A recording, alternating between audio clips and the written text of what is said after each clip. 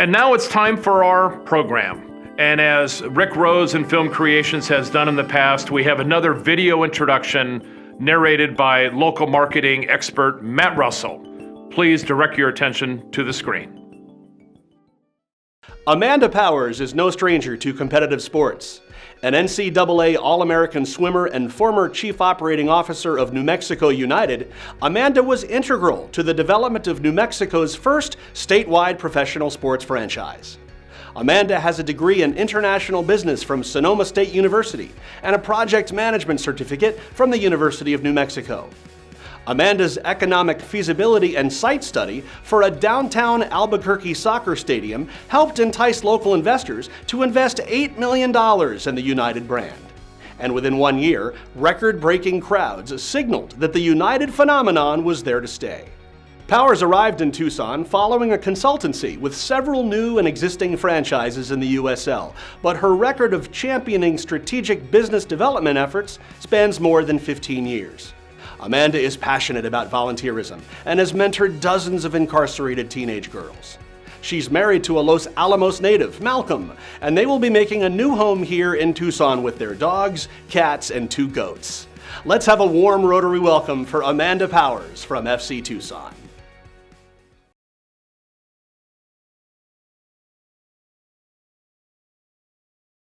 I want to thank Mark Irvin for inviting me to present this inaugural digital speaking engagement for the Tucson Rotary Club. I recently moved to Tucson and met Mark within the first few weeks of moving here. I could tell right off the bat, Mark and I were of the same tribe. Mark has a vision for this city, and so do I. Amid all of the challenges we are facing in this moment, I do believe we have a tremendous opportunity to raise up as leaders, live by our words, and maintain the commitments to the community as much as we can. I arrived to Tucson by way of Albuquerque on January 1st of this year with the opportunity of a lifetime to be the president of a professional soccer team. I had the privilege of co-founding a professional soccer team in 2018, New Mexico United, and went on as the COO to launch the club for its inaugural year in 2019.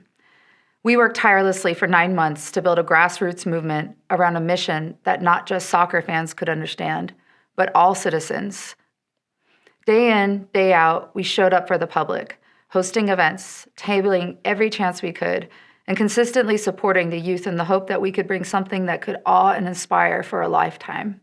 Come the season opener, we had sellout crowds of 13,000 plus, and went on to create a movement of supporters, fans, organizers, politicians, and business leaders who could connect in ways they never had before, and that was through the beautiful game. What we did for New Mexico was like catching lightning in a bottle, but it didn't come easy or quick. I first came into soccer in 2015 when I was approached by a local entrepreneur to help him with his vision to bring pro soccer to New Mexico. This entrepreneur had the passion, and I had the acumen, and together we were able to form an advisory council of community influencers who would not only help us to attract more than $10 million of investment towards the purchase of a professional soccer franchise, but help pave a way to create 30 full-time jobs and an opportunity for young talent to show off their skills on a global platform that ultimately created a buzz that sponsors, partners, and community organizations could rally behind. Thanks to that entrepreneur's vision and our efforts, Albuquerque now has a plan in place for a downtown stadium that could be a real game changer for the area and for hospitality, tourism, and even the entrepreneurial ecosystem. This season, Fuerza Tucson is our slogan. And now, more than ever, we need Fuerza Tucson, Tucson strong. When I first began working in soccer, a diehard Liverpool FC fan told me the story about British and German soldiers pausing during World War I to play a match of footy. At first, I couldn't believe it, but once I learned more, I knew soccer truly was a platform for social change. For more than 100 years, soccer has been in the trenches. In 1914, during World War I, several impromptu soccer matches were played between British and German soldiers in no man's land on Christmas Day. For one day, the enemies made a spontaneous peace. As the story goes, a German high command, hoping to boost morale, sent thousands of little Christmas trees to the trenches. The aim was to keep the soldiers' hearts in the battle. Instead, it had the opposite effect. Christmas highlighted similarities between Christian nations and opposite trenches. When German soldiers at La Chapelle des Armentres in France sang the carol Silent Night, A British regiment shouted for more. Near the French village Flebreau, British soldiers in their trenches saw Christmas trees hung with lights advancing into no man's land. The Germans were making a seasonal gesture. The Brits responded. After that, everywhere enemies shook hands, wished each other Merry Christmas, and arranged not to shoot the next day. Together they fantasized about the war dissolving in a burst of brotherhood. How do men, without a common language, express friendship? They play soccer. Now, the games weren't serious. One lasted only an hour, after which both teams were exhausted. And though corpses had been cleared from the battlefield earlier that day, shell holes and the soldiers' huge boots made close control impossible. Players who fell in the mud were pulled out by the enemy to cheers from spectators perched on the parapets. Goalposts were either a couple of pieces of wood or caps or helmets. I believe soccer is the common language that can unite us together, and it is now that we can prove how that's done. The mission of FC Tucson is to serve as a platform that honors our heritage while creating a sense of camaraderie and inspiration under one unifying symbol that all of Tucson can take pride in. 10 years ago, FC Tucson was founded by a local group of dedicated Tucsonans who wanted to elevate the sport and bring professional soccer to the city of Tucson.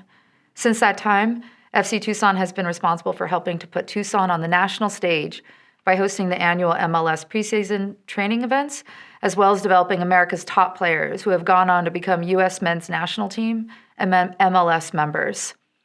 But FC Tucson is more than soccer. FC Tucson is a platform that promotes a spirit of camaraderie, inspiration, and hope. In this new decade, FC Tucson intends to stand by that mission and carry it out in all that we do. Many of you might be familiar with the annual MLS Preseason event held at Keynote Sports Complex every January through February. In partnership with Visit Tucson, we have attracted a dozen MLS teams to Tucson who hold their 2 to 4 week preseason training here. Each year, the preseason event brings in more than $2 million of economic spending in the local area. The MLS teams book nearly 3,000 to 5,000 hotel room nights between their teams and traveling fans. Additionally, while in market, we pulled out the red carpet and try to show off all the finest tourist attractions and treasures of Tucson. FC Tucson hosts match plays between the teams and crowns a Visit Tucson Cup champion.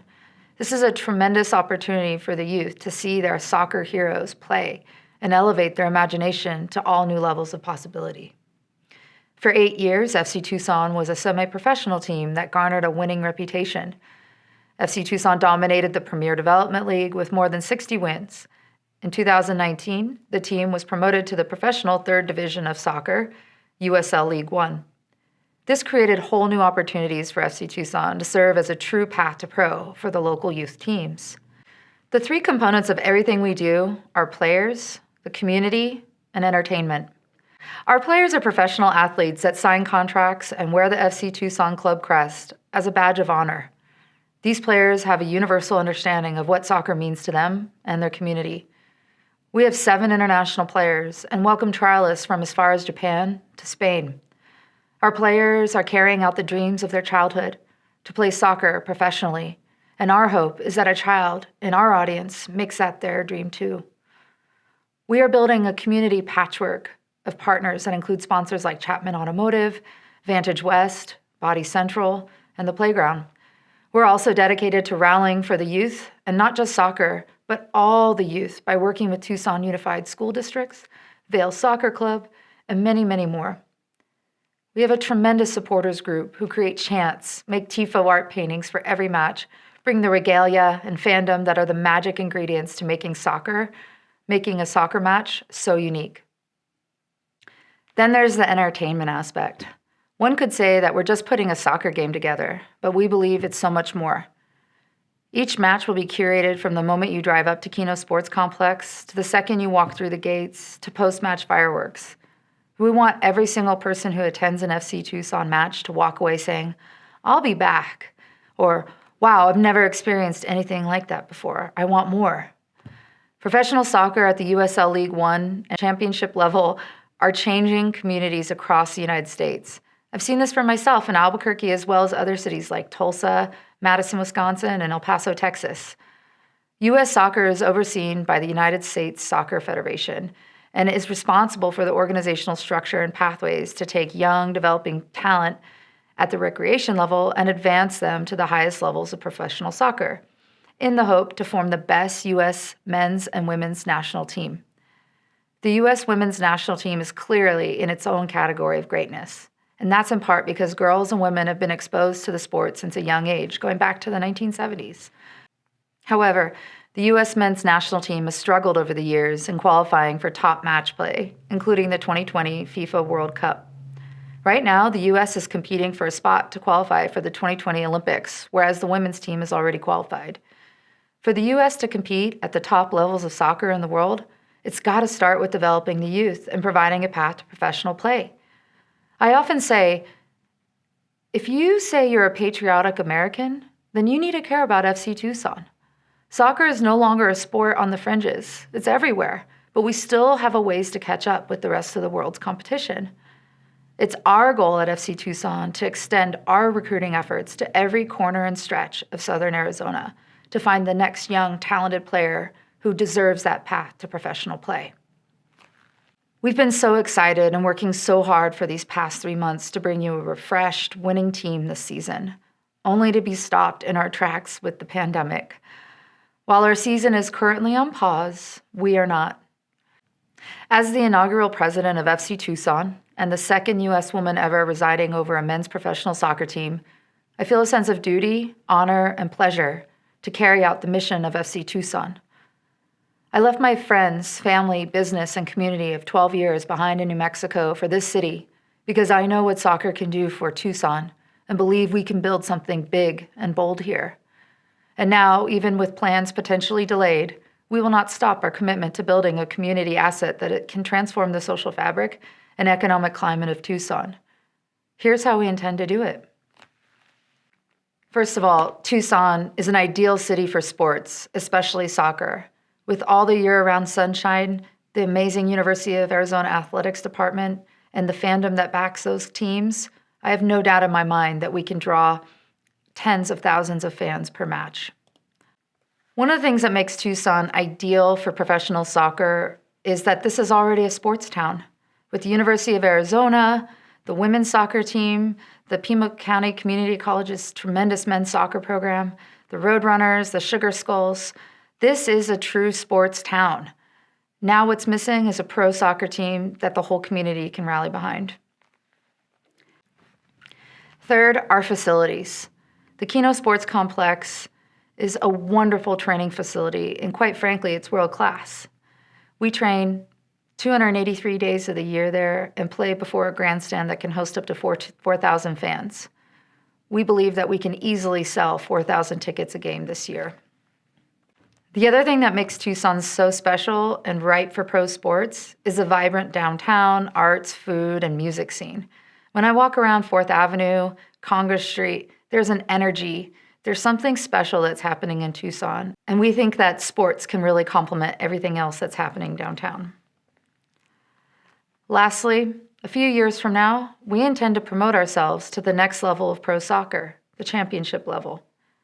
In order to do that, we're going to need to mobilize a fan base, build supporters, and encourage people to come out to every single one of our 14 home games and rep that crest. Besides the economic impact sports serve, a very important component of the economy that I don't think we talk much about is hope. How do you measure the economic impact of hope? We think we do, and we feel it every day with the lives we interact with and that sense of enthusiasm FC Tucson brings to the community. We would love to hear how you would measure the economic impact of hope by leaving a comment below or following us on any of our social media platforms. I really appreciate the opportunity to be able to speak with you all today, especially during these times where we really need to be Tucson strong.